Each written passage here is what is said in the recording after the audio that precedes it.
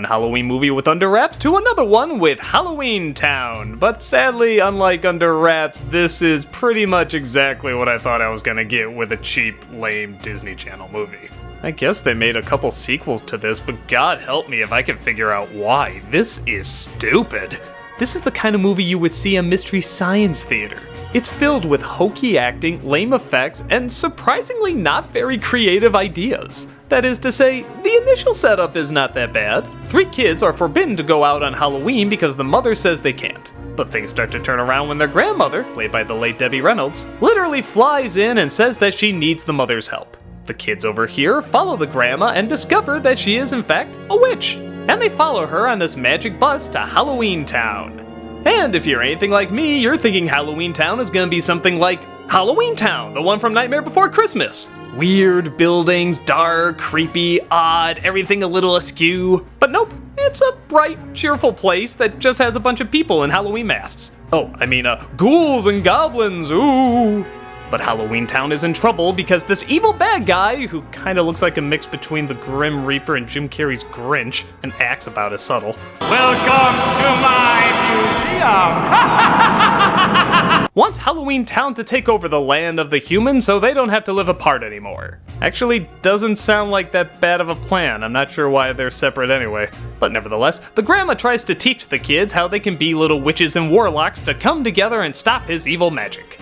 Okay, so from a setup like this, obviously story is not going to be a biggie. This is an excuse to have some really creative images and ideas and characters and so on and so forth. And that's not for the most part what we get here.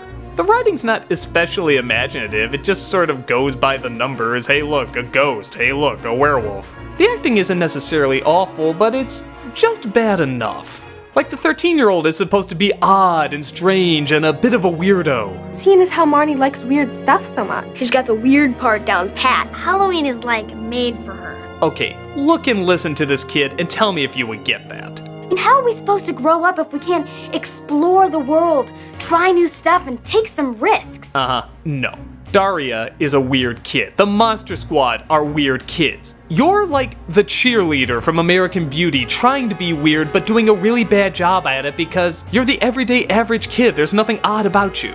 The brother is the typical geek with all the analysis and book smarts that he brings up at every single moment because that's all he is. Give me a good nature documentary any day. All that candy causes cavities and gum disease. Trees are important too, you know. Everyone's got their thermostat set to 68 degrees. Degrees, science, that's my entire character. Never seen that before. And the smallest one is so bad, they only give her a sentence at a time. Hell, sometimes just a word at a time. I was pretending. I wish luck would turn into a frog. It's the bad thing. The only one who's ever doing a good job is Debbie Reynolds. I don't know what it is. She acted like every single part she got was the role she always wanted to play. She just puts everything into it and she's 100% believable, even in such a silly idea. I don't like witches. They're mean and scary. Oh, no, sweetheart. I mean, they're just like everyone else. Some are kind, some are mean. That's just the way they use their magic. Aside from that, I'll give some credit to some of the creativity in the makeup. I mean, don't get me wrong, they're obviously masks, they don't look real, but they're kinda like the Evil Dead movies. You know they're fake, but they're very creatively fake. Some of them have really cool designs, and I especially love this skeleton taxi driver. So, first time in town for you kids? Look at this thing. Look how expressive it is. It would have been so easy just to have a skeleton in a cap hat and just have the mouth move up and down, but look at this. The eyebrows have a lot of motion, the mouth is moving left and right as well as up and down. It's actually a really good effect. But then they ruin it with this line. It's probably animatronic. Disneyland's full of stuff like that. What are you doing, you dick? Don't ruin the illusion. That's like someone coming onto the Muppet Show saying, yeah, you're probably all puppets, most likely from the Jim Henson studio. Little douchebag? Once in a while, there's a joke that gets a little bit of a laugh, like I enjoy how the witch's microwave has boil and bubble and toil and so forth.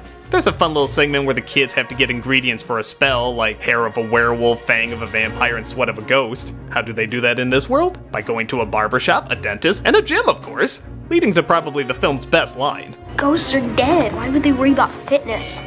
But aside from that, it's pretty empty. I mean, just look at this place. When I hear Halloweentown, I want to see something dark and creepy and whimsical, not just any other town with people wearing some masks. It's kind of like a mix between a bad Goosebumps episode and that really lame Babes in Toyland starring Keanu Reeves. The few creative elements are nice, but it's not enough to cover up the cheapness of both the writing and the budget. I suppose if you have like little kids, this is fine, or I don't know, maybe it did have more of an audience than I thought. They made a ton of sequels. But when you hear Halloweentown and you think of something more like what the cover looks like as opposed to this bright suburban sunny day, then I say this is a definite pass.